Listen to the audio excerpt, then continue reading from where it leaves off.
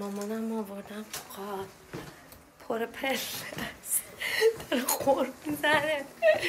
بهش میگم که میای بریم قار بریم چیکار؟ گفتم توش یه مرکز خرید بزرگ به اون هوا داره میاد. مام بیا میگه به مرکز خرید کم مونده. همش پله است داره خور میزنه. مامان بیا چیزای ارزون میفروشن حراج همش بیا. خب ماجرا از اونجا شروع شد که تصمیم گرفتم مامانمو ببرم غار. این غار اسمش دیم بود، توی یکی از کوههای معروف شهر آلانیا. لوکیشنش رو براتون میذارم. ورودی غار 240 لیر بود نفری. بریم ما هم دیگه ببینیم تو غار چه خبر بود.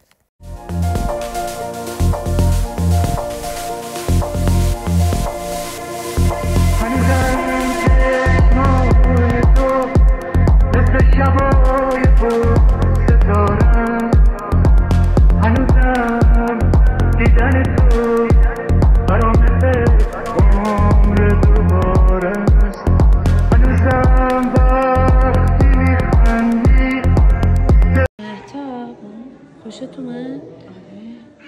ولی خیلی پله داره.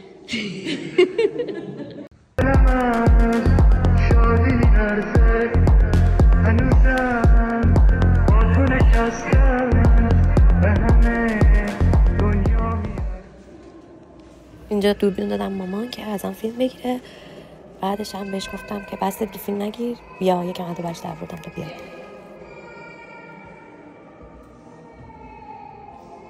واقعا حالا از شوخی گذشته پله زیاد داشتیم غار، خیلی جالب بود. آخرش به حالت دریاچه رسیدیم که خیلی شفاف و جذاب، ولی اگه پا درد، کمر درد، زانو درد دارید توصیه نمیشه. قسمت جالبش اینجا بود که اسم اون دریاچه‌ای که آخر غار بهش رسیدیم هم مادر و بچه بود. قسمت بود، خواست خدا بود ما بریم ته غار. اینجا تو غار یه آقای نشسته بود و فلوت میزد.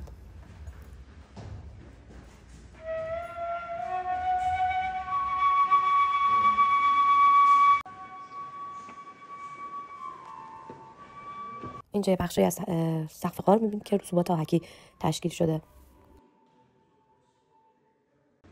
دونه حسره آرزو پیدا کردیم، همچون که این کفش پر سکه است.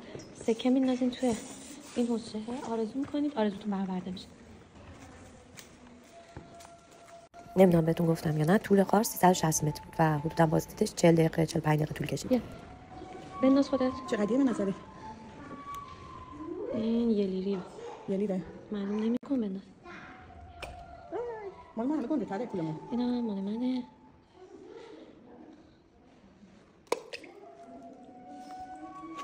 داشتی کروش بدی؟ گفتم کروشم داشتم. پس چرا ندیدی؟ گفتم یه لیری بندازم آرزومون چیز شه، تصویر چه محکم شه. حتما بده. فرقش 75 کروش بود. 25 کروش. خب مامان دیگه واقعا تو راه برگشت اذیت شد، خسته شد و یکم شوخی کردم حالش را بیاد. درشم برای مامان یه جایزه خریدم که این همه اومد تا ته غار.